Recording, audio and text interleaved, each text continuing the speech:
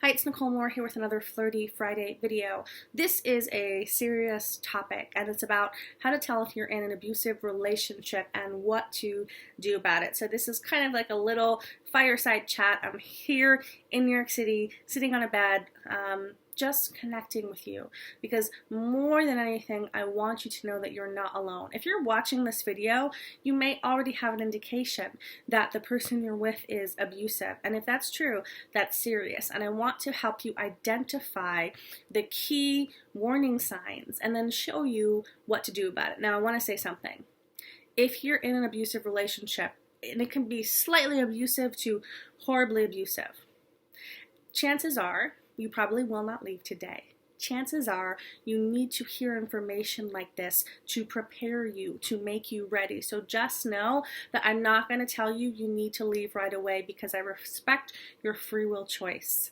But I hope that my words will reach into your heart and be one piece of the puzzle that gives you the courage when you are ready to step out of this dynamic and claim more. I know I had to do that for myself when I was in a relationship that I realized was emotionally abusive. I didn't leave right away. You know, when you have that awareness, what happens for most women is you still feel a lot of love. And most women, at the end of the day, we will stay in situations where we feel we love the other person or we're loved. But here's the key distinction of somebody who's with an emotional abuser or a physical abuser. You choose to be with an emotional or physical abuser because you have something in your mindset that says, in order to get love, I have to deal with XYZ things. Or, you know, I want the love so much, I'm willing to deal with XYZ. For example, I wanted the love from my ex who was abusive so much, I was willing to deal with verbal abuse and criticism. Some women, it's, I want the love so much, I'm willing to deal with him being physically abusive or him cheating on me. But some people, when they encounter love plus abuse or criticism, they'll say no more. But if you're like me and you had a childhood where two things came together, love and abuse, love and criticism, love and pain, love and fear, what happens is as an adult, you can think that that's normal.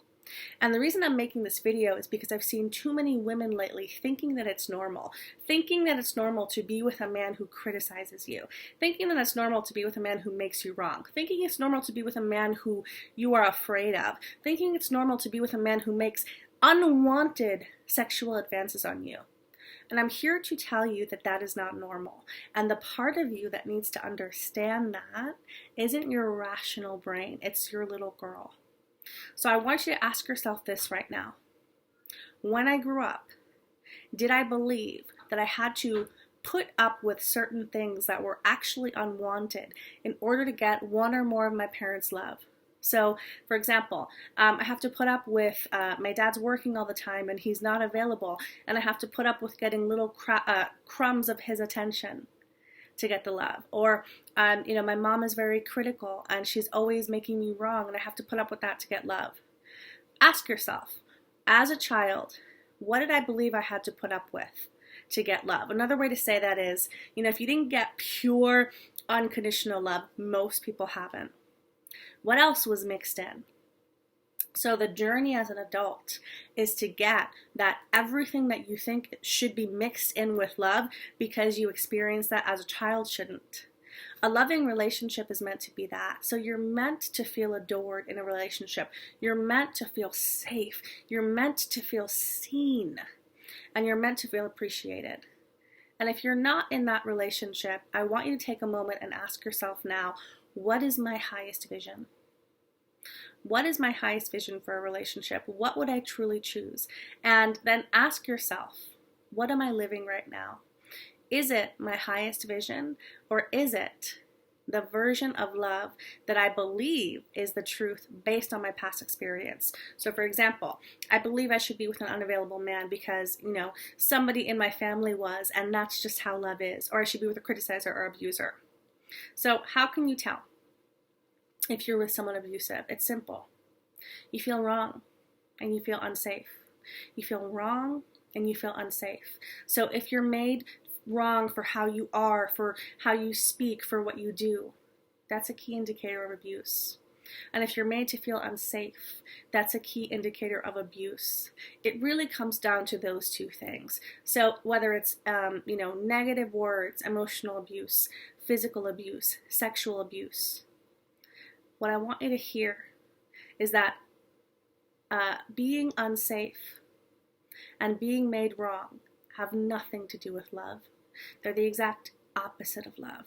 So if you're in a relationship where you feel like it's unsafe to leave, if you leave, you're not going to be okay. Or maybe you're in a relationship like I was, where that person is telling you, you're lucky I'm with you because no one's going to want to be with you. And you feel like you're convinced that if you leave this person, you're not going to be okay. Or maybe you feel afraid to leave because you feel they're going to hurt you or chase after you. Maybe that person's telling you how you think is wrong, how you act is wrong, how you speak is wrong. Maybe they're trying to kind of corner you all to themselves and not have you interact with the outside world because then they can control you.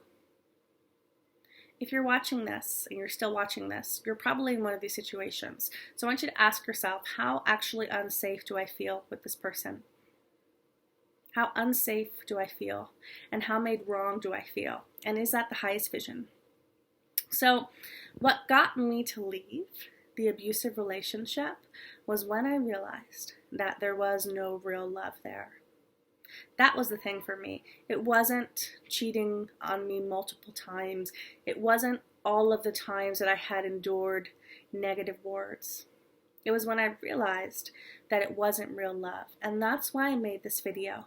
Because what I know about women, if you're like me, and there are a lot of women like me, or at least how I used to be, women will stay in a relationship if they think there is love, if that's what they're used to from their childhood.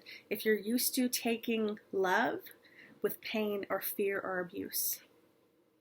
And what you have to get is that pain, fear, abuse, being afraid has nothing to do with love.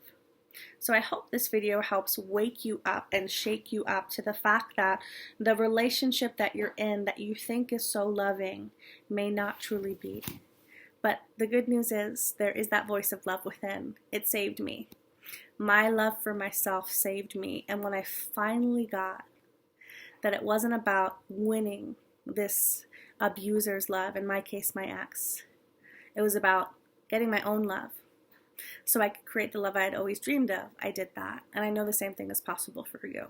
So I know this video is more serious than most of my Flirty Friday videos, but I felt so called to share this message because I do not want any other women suffering from abuse. It is time, ladies, to rise. It is time to be in your power. It is time to say no more suffering. No more saying, I'm gonna have love, but also a lot of suffering. You don't have to pay that price for love.